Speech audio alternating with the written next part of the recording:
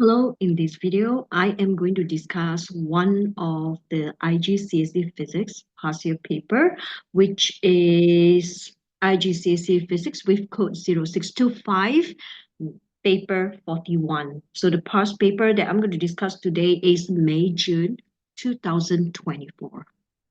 So let us get started.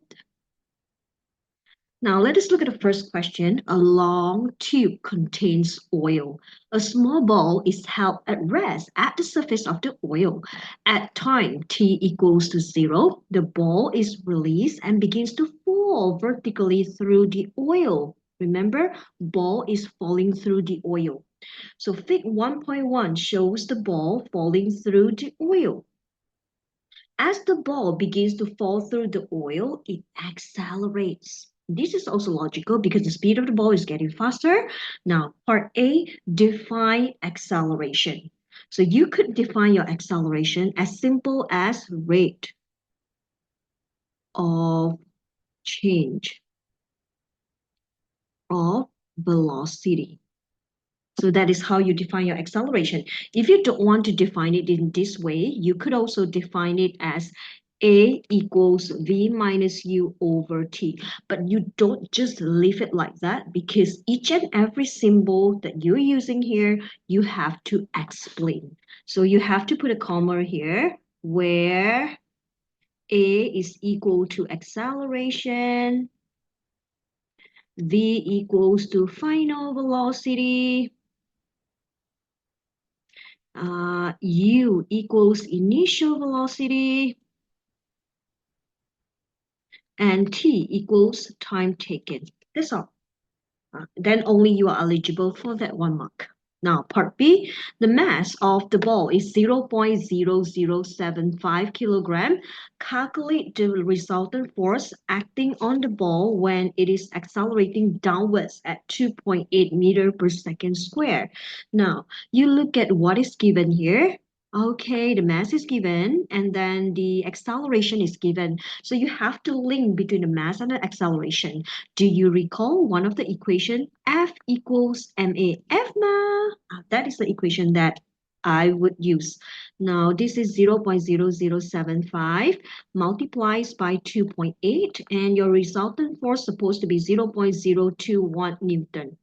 Bear in mind, before you fill in the blank for the resultant force, you have to make sure that your final answer that you're about to write here must be at least two significant figures, at most three significant figures. Remember that. Yeah? So I'm going to put it in terms of two significant figures, which is 0.021 Newton. That's it. Now the next question, part C. As the ball falls, its speed v is recorded. Fig 1.2 is the speed time graph for the falling ball. Describe what happens to the acceleration between t equals to 0 and t equal to 0.04 second. Basically, you have to describe whatever happened to the acceleration throughout the whole journey of the ball between time equal to 0 to the last time measured 0.04. Now, how many marks given here? Wow, that is 4 marks. So how are you going to write? So before you write down your answer, please make sure that you have the draft inside, right? You have to draft. You draft it out. What are the possible answers that you want to write down? So explain. Look at the word command here. This is about explanation. When it is about explanation, you have to use some terms, some law, some logical, like some full detailed explanations. Yeah, in the explanation of what is happening. So I am going to talk about the acceleration, but the graph given here is the velocity time graph. So since this is a velocity time graph or speed time graph, how do you find the acceleration from the graph first? That is the first thing you have to ask yourself. How do I relate the graph of speed time graph to acceleration? Very simple. To find acceleration from the speed time graph, it is actually the acceleration of the speed time graph.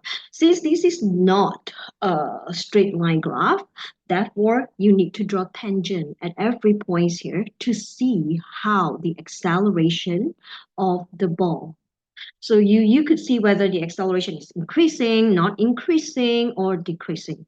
So how do I do that? So first of all, you could see that whenever you draw tangent, I'm going to use pink color so that you can see clearer. So whenever you draw tangent, you could see that the tangent is getting less steep. So it also means that the acceleration of the ball is decreasing. So I'm going to talk about that now.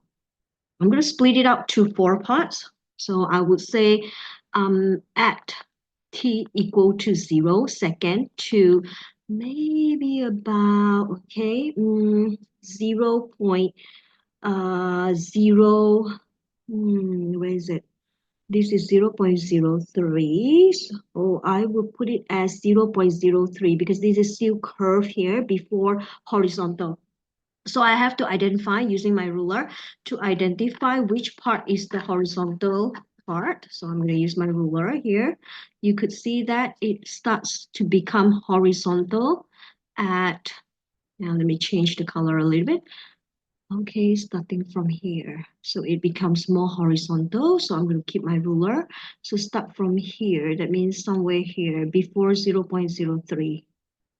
So this is the time. So this time is 0.028 second.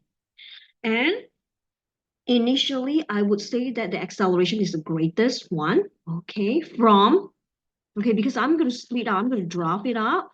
That is why I need to make sure that I draw the tangent to see, okay, what happens to my acceleration. I would say this is a straight line graph, okay. This is straight until this point. So I'm going to use the pink color to draw out the straight line. Okay, or okay, you just mentioned that it is straight being okay for a bit. So you could see here, okay, maybe until this point. Hmm. Now 0.001, this is 0.002. So I would say that initially acceleration is the greatest at 0 second to 0.002 second. And the acceleration is decreasing from 0.002 second to 0.0028 second. And the acceleration is equal to 0, yeah, at 0.0 after 0.028 second to 0.04 second. That's what I'm going to write it down. So I'm going to write it down as at t equal to 0 second to t equals to 0.002 second. Acceleration is the greatest. Let me write it down nicely. Greatest. Let me erase this first. The greatest. Okay, so explanation is that gradient of line is the steepest, or the gradient is the largest. Yeah, no problem with that. And after that, what happens next is that, okay, at t equals to 0.002 second to t equals to 0.028 second, acceleration decreases.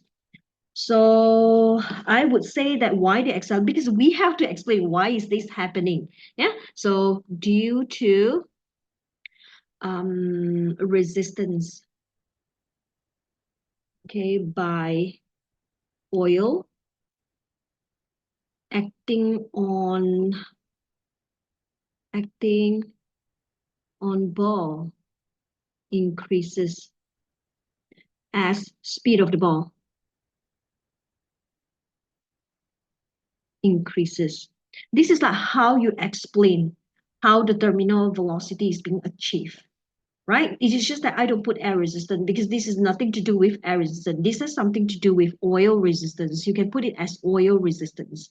And after that, what happens is that because we have to explain, you have to give reason. Why do you say so, right? So after, okay, t equal to 0.0028 second to t equal to 0.04 second, acceleration on ball is 0. Yeah. So oil resistance offset weight of ball. That's my answer. Now, okay, we move on.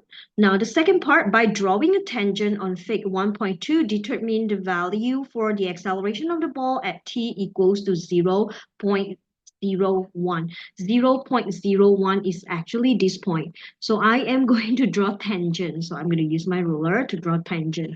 Do you still remember what is tangent? Tangent is a straight line that passing through that point. So since this is a curved graph, it is no way that we can use y2 minus y1 divided by x2 minus x1 to find the tangent, because that equation is only valid for straight line graph. So for curve, you need to draw tangent in order for you to determine in order for you to use that equation. Tangent is a straight line. So when a straight line is being drawn, you can use that equation, y2 minus y1 divided by x2 minus x1. So this is a tangent that I'm going to draw. The orange line is the tangent that I'm drawing. So I have done drawing. So I have to identify the 2 points here. Okay, maybe this one. And the other one, maybe this one. I would just write it down here in order for you to see it clearer. This is 5.8. This is 0.056.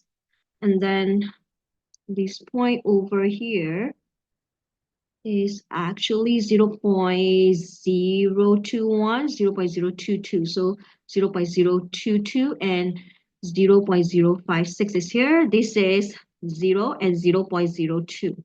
Now, since I got my 2 coordinate, it is very easy for me to find the acceleration. So acceleration, since they have already explained the acceleration by using the symbol of A, no, they didn't. So I have to write acceleration. I have to tell the examiner, how do I determine the acceleration is equal to gradient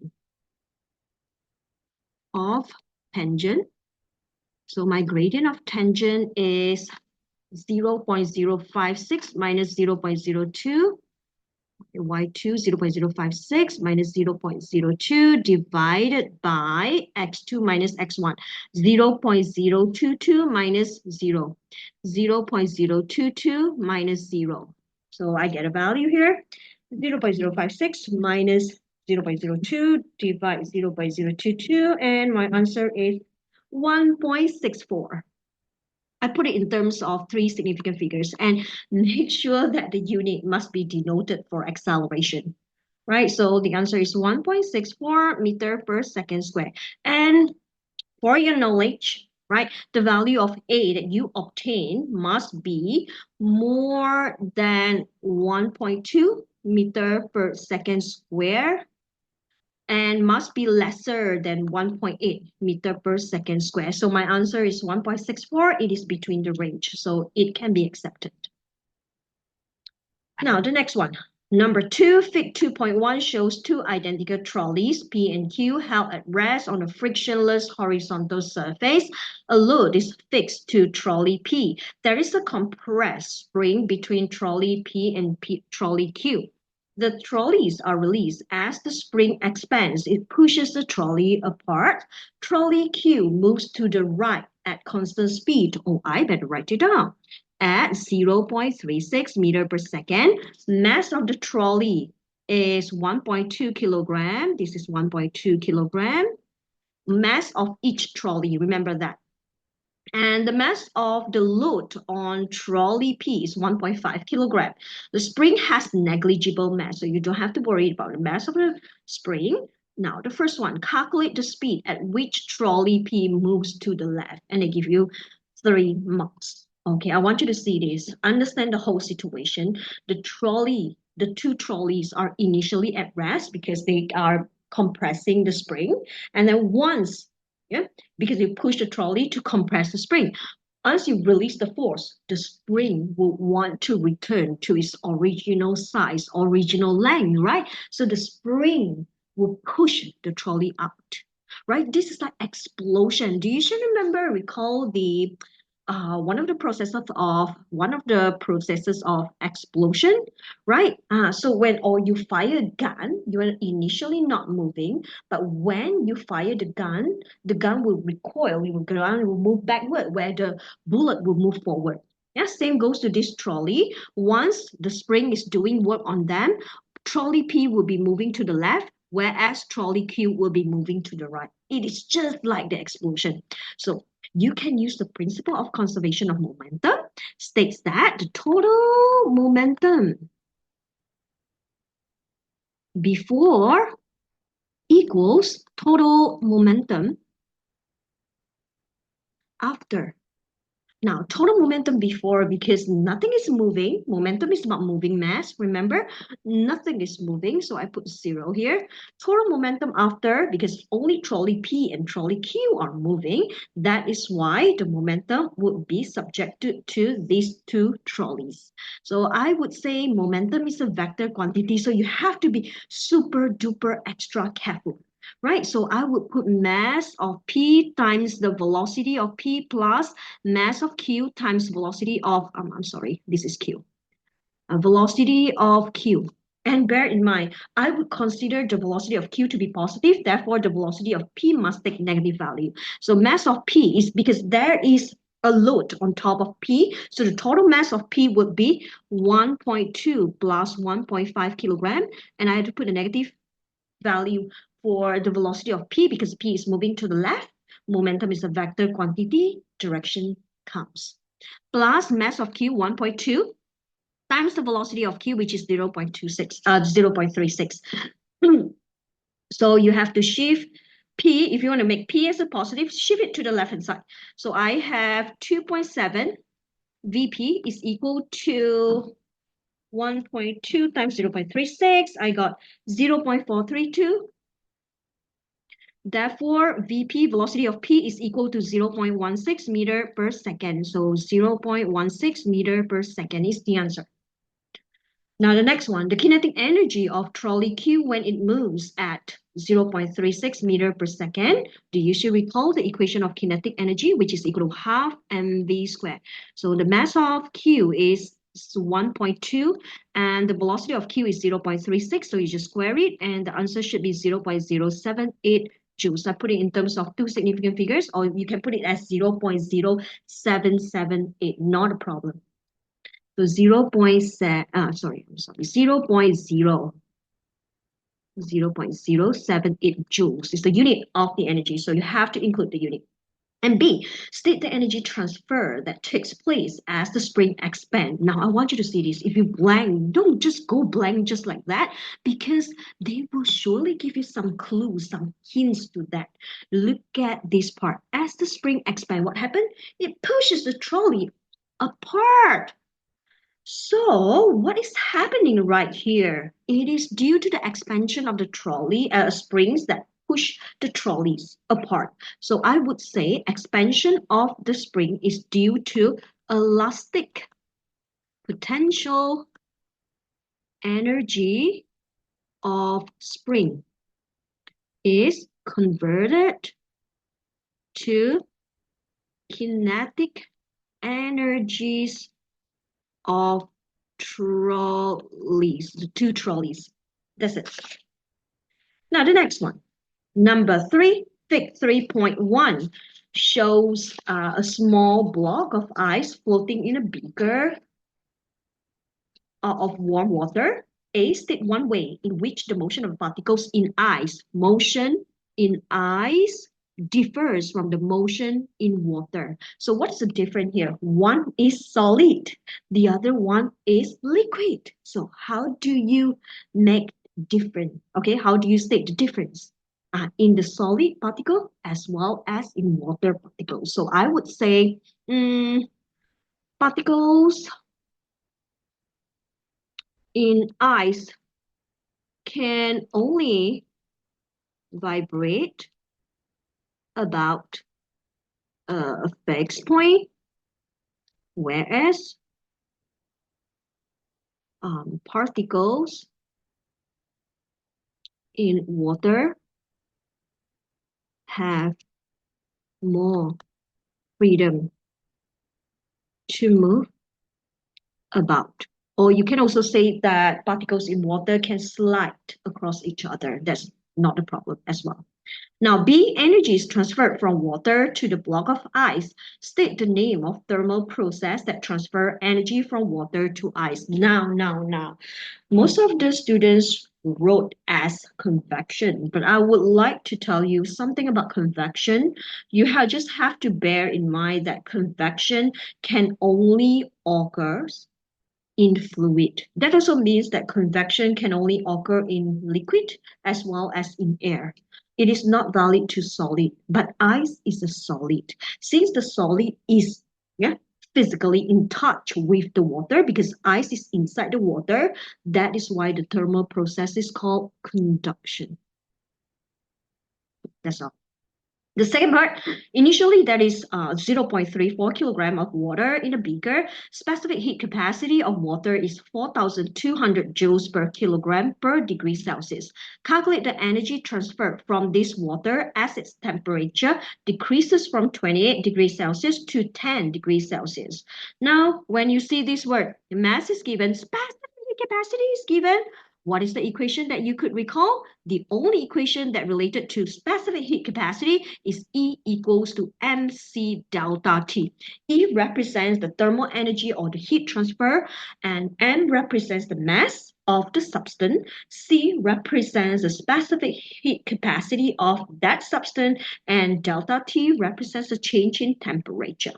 That's all. Now, 0 point, I just stop in my value. Specific heat capacity is 4200. Change in temperature, you just take the larger temperature minus the smaller temperature. And the answer is 2.57 times 10 to the power of 4 joules. Remember, energy must be measured in joules. So 2.57 times 10 to the power of 4 joules. That's the answer.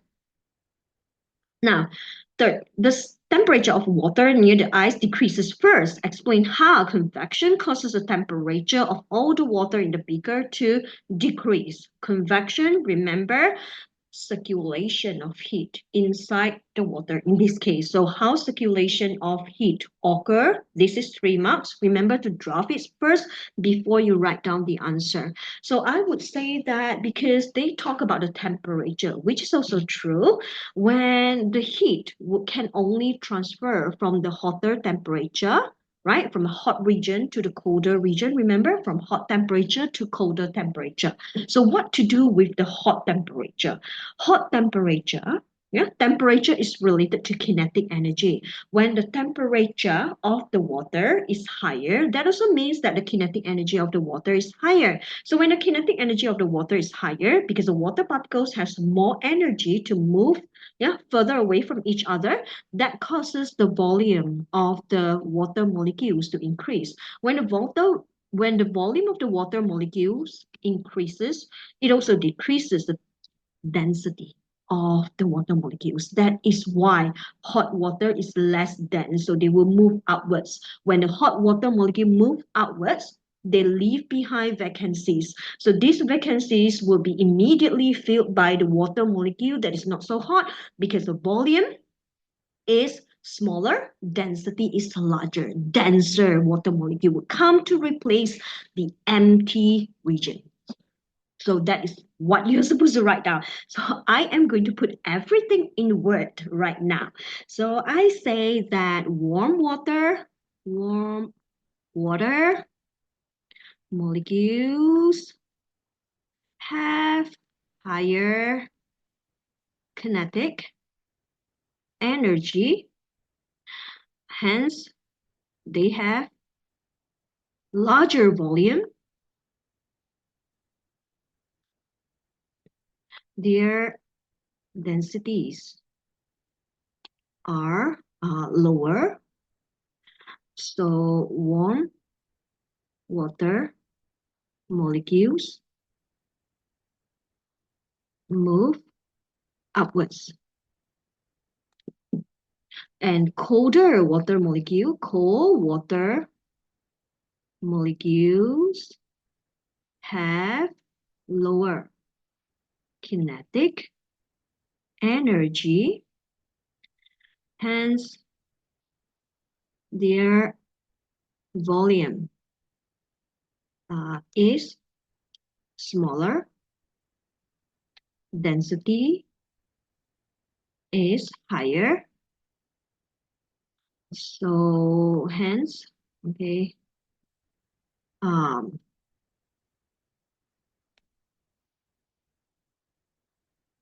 colder water molecules move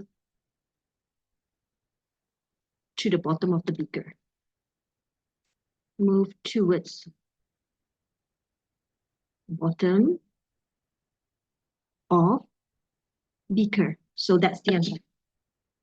Now, the next one, state what happens to the internal energy of water as the temperature of the water decreases. Describe the change in terms of energy of the particles. Remember, recall, what is the definition of internal energy? The definition of internal energy is the sum of potential energy and kinetic energy of the microscopic molecules that are moving, right? So the internal energy is closely related to kinetic energy. And the temperature of the water decreases. Remember, temperature is closely related to kinetic energy.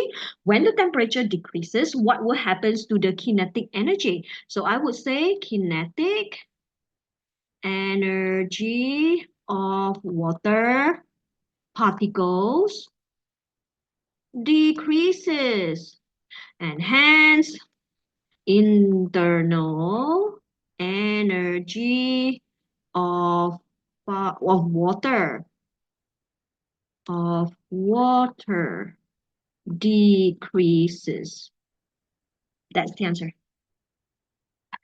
Now, the next one, question number 4. The lens in a magnifying glass is a converging lens.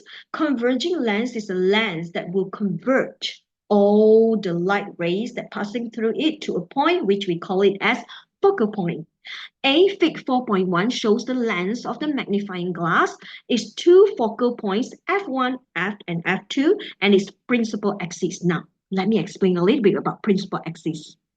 Principal axis is the horizontal line that passing through the center of the lens. Why principal axis is so important? Because all the measurements, we use principal axis as a guide. So that is why drawing principal axis, which passing through the center of the lens, is super duper important.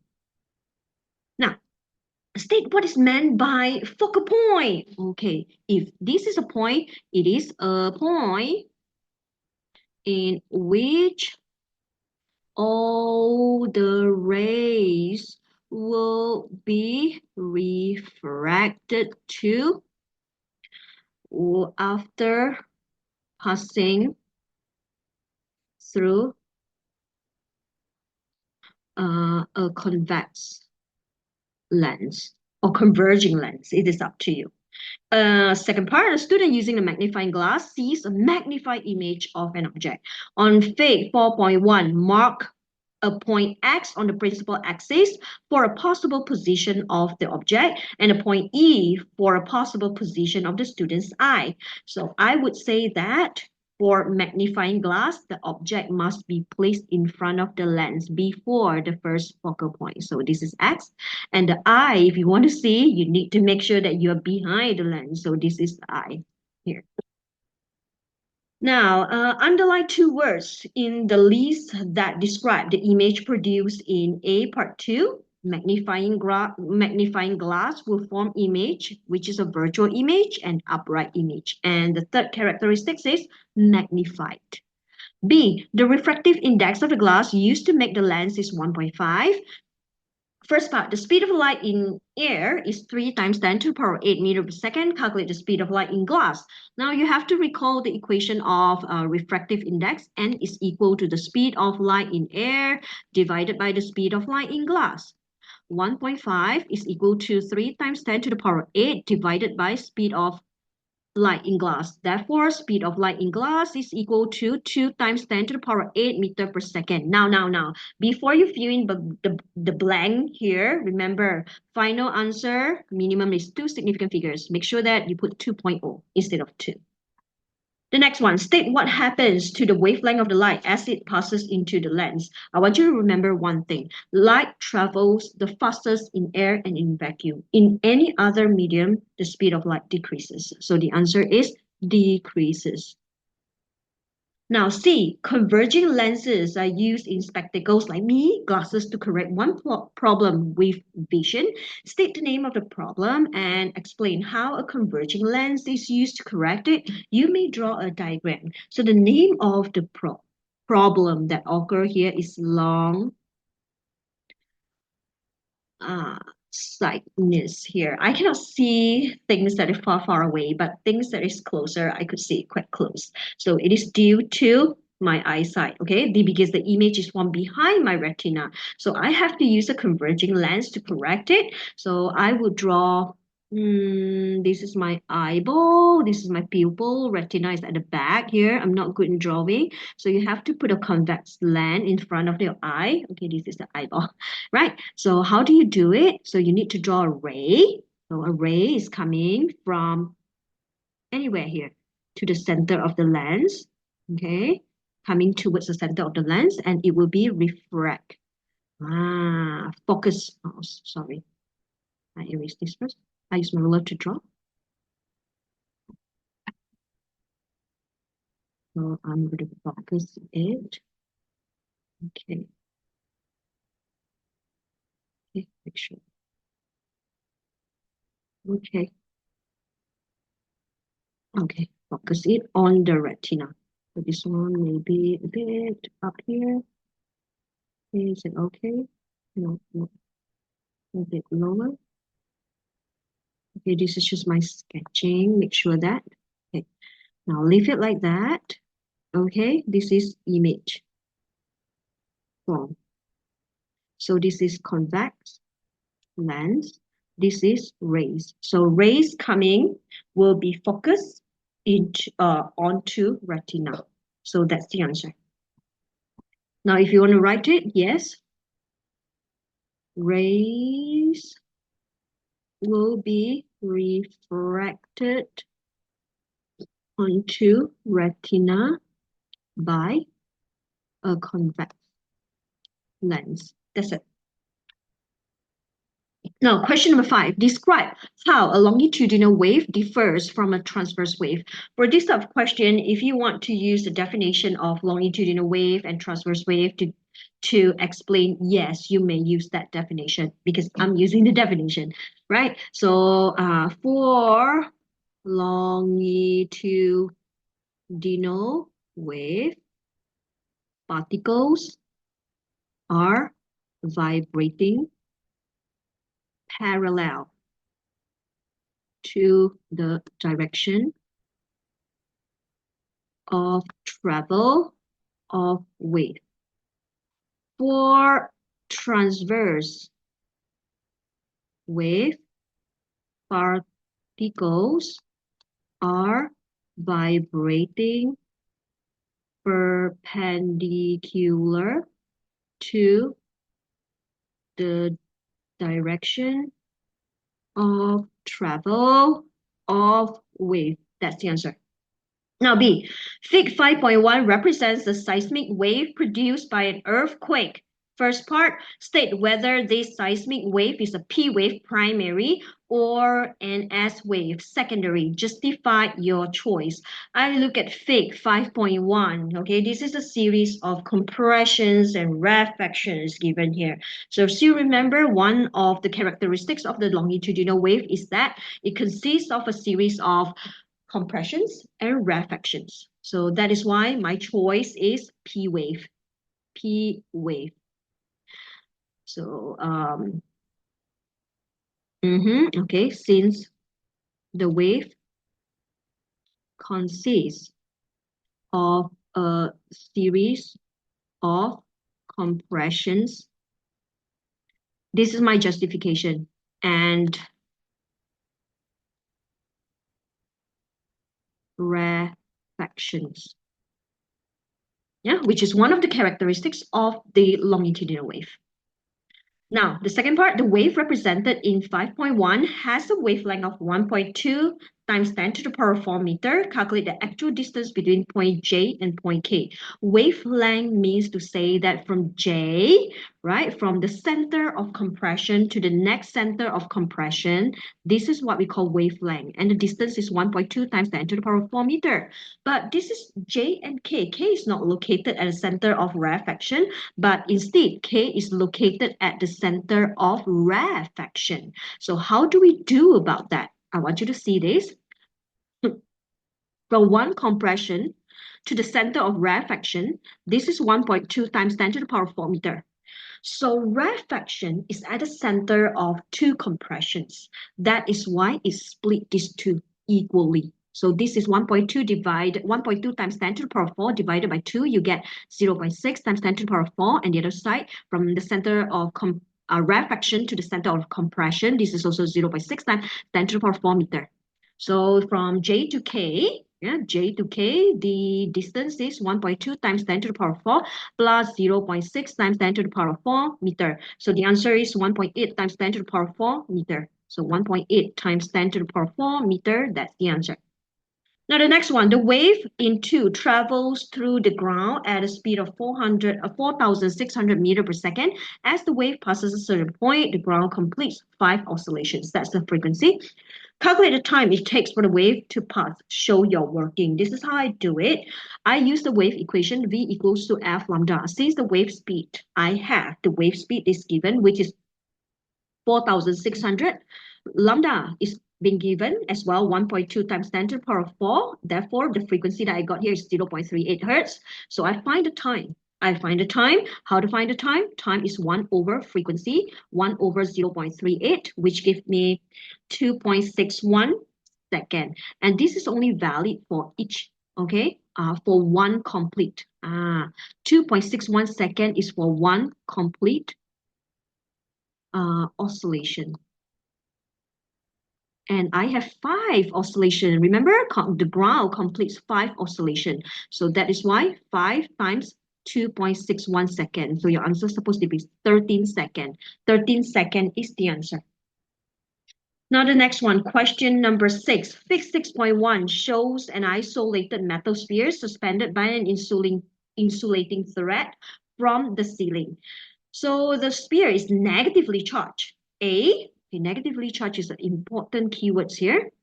The charge on the sphere produces an electric field in the surroundings. State what is meant by electric field. Electric field means region.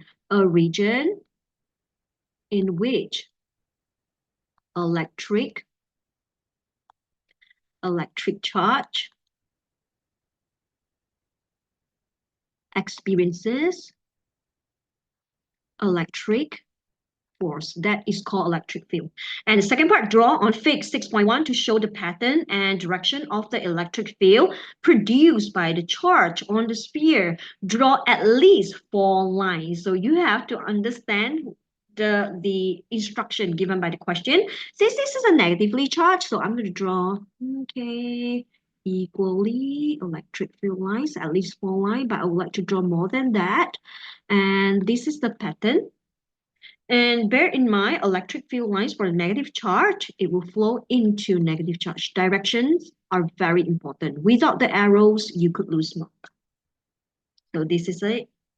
Now B, the magnitude of the charge on the sphere is 3.5 times 10 to the power negative 10 coulomb. An earth metal wire is touched against the surface of the sphere, and the sphere is discharged. Right? Discharge, that means the electrons are moving out from the sphere. First part, state what happens to the wire as the sphere is discharged. I would say that the electrons from sphere, okay, flow through wire towards earth.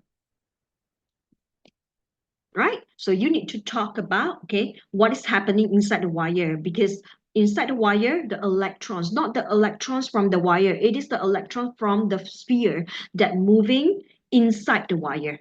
Okay, so electrons are moving inside wire. These electrons are actually from the sphere. Now, the second part, it takes a time of 0.14 nanosecond for the sphere to discharge completely. Calculate the average current in the earth wire as the sphere discharges. Now, since they asked me to calculate for the value of current, no problem. Do you still recall this equation?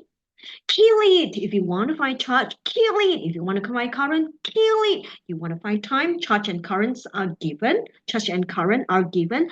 Kill it, right? So the charge is given as 3.5 times 10 to the power of, let me double check, negative 10. This is negative 10. I have to find current. This is the symbol of current, capital I. T, you have to bear in mind, 0.14. And this is nano. What does nano represents? Nano represents 10 to the power negative 9. Work it out. I is equal to 3.5 times 10 to the power negative 10 divided by 0.14 times 10 to the power negative 9. The answer should be 2.5 ampere. So the answer is 2.5 ampere. The unit of current is ampere. Now, the next one, the electromotive force EMF of a battery is 7.5 volt. Define the term EMF, electromotive force. EMF is being defined as energy supplied by a source, energy per unit charge supplied by the source, okay, or energy per unit charge. Okay, give me a while. Energy per unit charge supplied by a source in driving or in moving the charge through a complete circuit. So that's the definition of EMF. Now B, the battery is connected in series with a variable resistor and a 30 ohm resistor. The battery is made using 1.5 volt cells. Draw a circuit that shows all the 1.5 volt cells connected to produce an EMF of 7.5 volt. Variable resistor and the 30 ohm resistor. So how do I get 7.5 volt?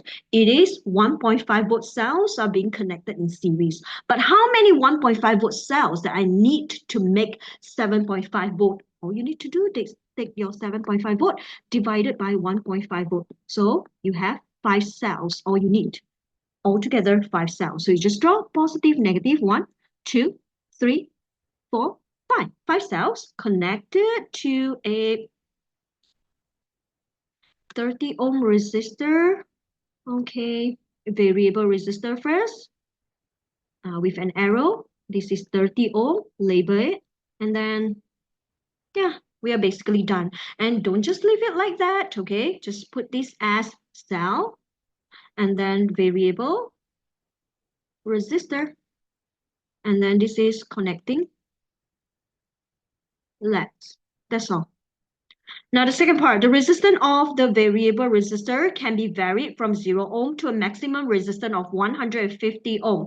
Using the axis in fig 7.1, draw a graph to show how the current in the circuit varies with the resistance of the variable resistor as it increases from 0 ohm to 150 ohm. Determine and label the value of the maximum current on the y-axis. Now, I know that I have to do it one by one. I want to do calculation because all the values of the resistance are given. So I want my answer to be more accurate. You see, this is 4 marks given. That is why perform your calculation is needed in this case. So how do I perform my calculation? I'm using Ohm's law, V equals IR, remember? So I would say that because the variable resistor and the resistance are being connected in series, therefore, I start with when the variable resistor has 0 ohm. Yeah. So when I put VR means variable resistor is equal to 0 ohm. So V is 7.5. I want to find my I value. Resistance is subjected to fixed resistor, which is 30 ohm. Now my current is 0.25 ampere. I know this is the maximum current that I could get. So I put here as 0.25. And then, okay, when the variable resistor value increases, so maybe increases to 75 ohm. Okay, now using different colors so that you can see it. I am using, okay, when variable resistor value increases to 75 ohm. So the potential difference, the EMF of the cells are still the same, yeah? So current, this is 75 plus 30. Now the current will have to decrease because the total resistance decreases to 0.07 ampere. And then when I keep on increasing, when variable resistance value increases to 150 ohm, so same potential difference of same EMF, I 150 plus 30, which is 180. So I value that I got was 0.042 ampere. Now I'm supposed to plot my graph. At 75, it is roughly 0.07. So it's quite small. So I would say 0.07. So, and then 0.042 is here. So okay, this is, and then 0.042 is somewhere here. So your graph supposed to be a decreasing graph, a curve graph that is decreasing. Now, question number 8. The isotope of thallium-208 is radioactive. It decays by beta decay.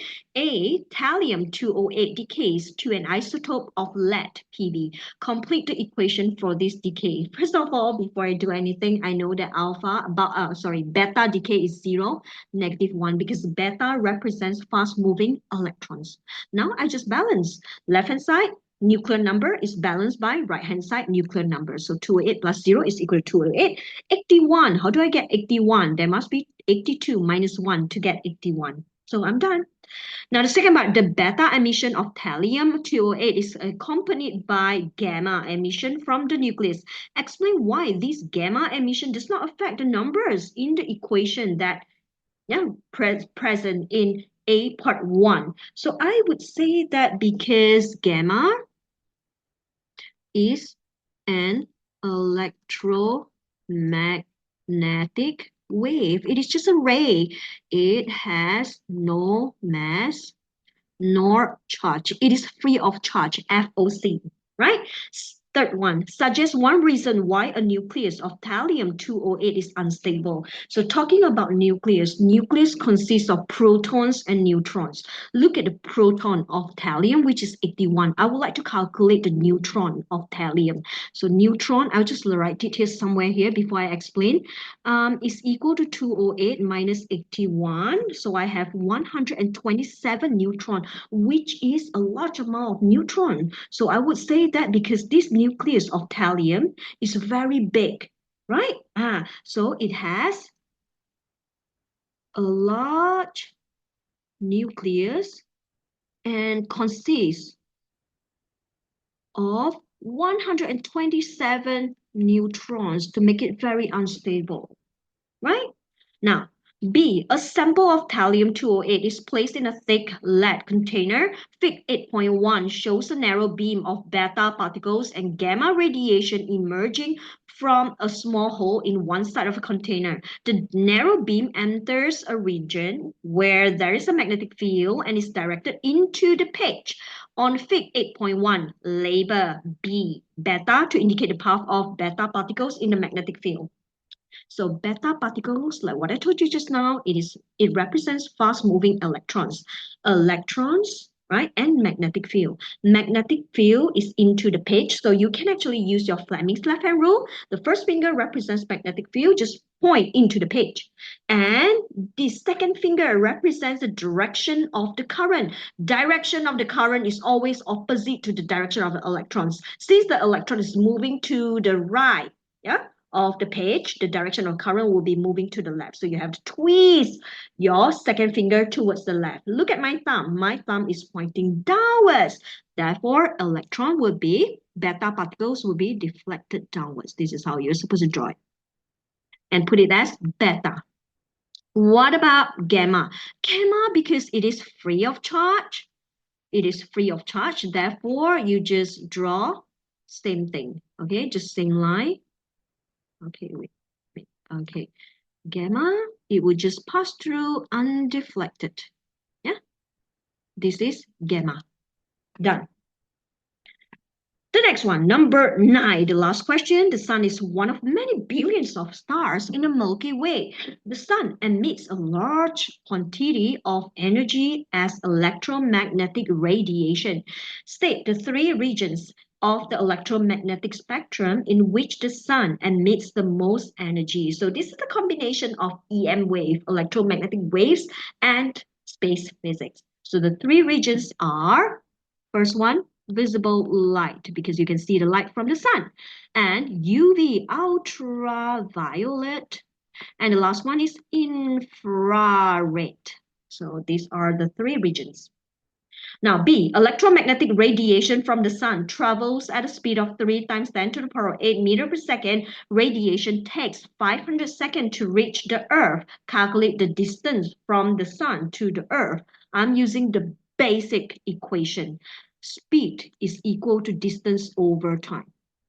Distance is equal to speed times time. Speed is 3 times 10 to the power 8.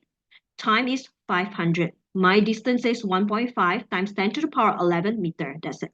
1.5 times 10 to the power 11 meter. So that's the answer. Now see, approximately 4.6 billion years ago, the sun formed from an interstellar cloud of gas and became a stable star. First part, describe and explain what happens as an interstellar cloud of gas forms a protostar. This is just the birth of the star, if you remember. I would say that because all these dust, all these gases, they have masses. So according to Newton's third law, Newton's law of gravitation, as long as the objects have masses, they could attract each other. So I'm going to talk about that. So the gravitational force of attraction is pulling the dust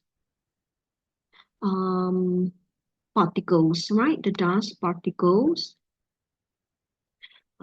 together to form a core, and temperature of core, okay, increases, or the protostar. Now, the second part, describe and explain what happens as a protostar becomes a stable star. The main sequence star, remember? So the process of fusion of hydrogen gas to form helium gas releases energy. So, okay, the pressure outwards, okay, caused by fusion, which releasing the energy outwards, releases energy outwards. So I would write this as outwards. By fusion, balances the gravitational force, okay, inwards. So when the outwards energy is being balanced by the inwards force, because the gravitational force is about attraction, so you pull inwards, right? Balanced by the energy caused by the fusion, which is outwards. When these two balance, you could form a stable star, or it is being called main sequence star. So that's the end of our discussion today. If you have any questions, and if you need a full PDF solution here, you can always comment below and do subscribe to my YouTube channel, right? So I will see you in my next video. Bye.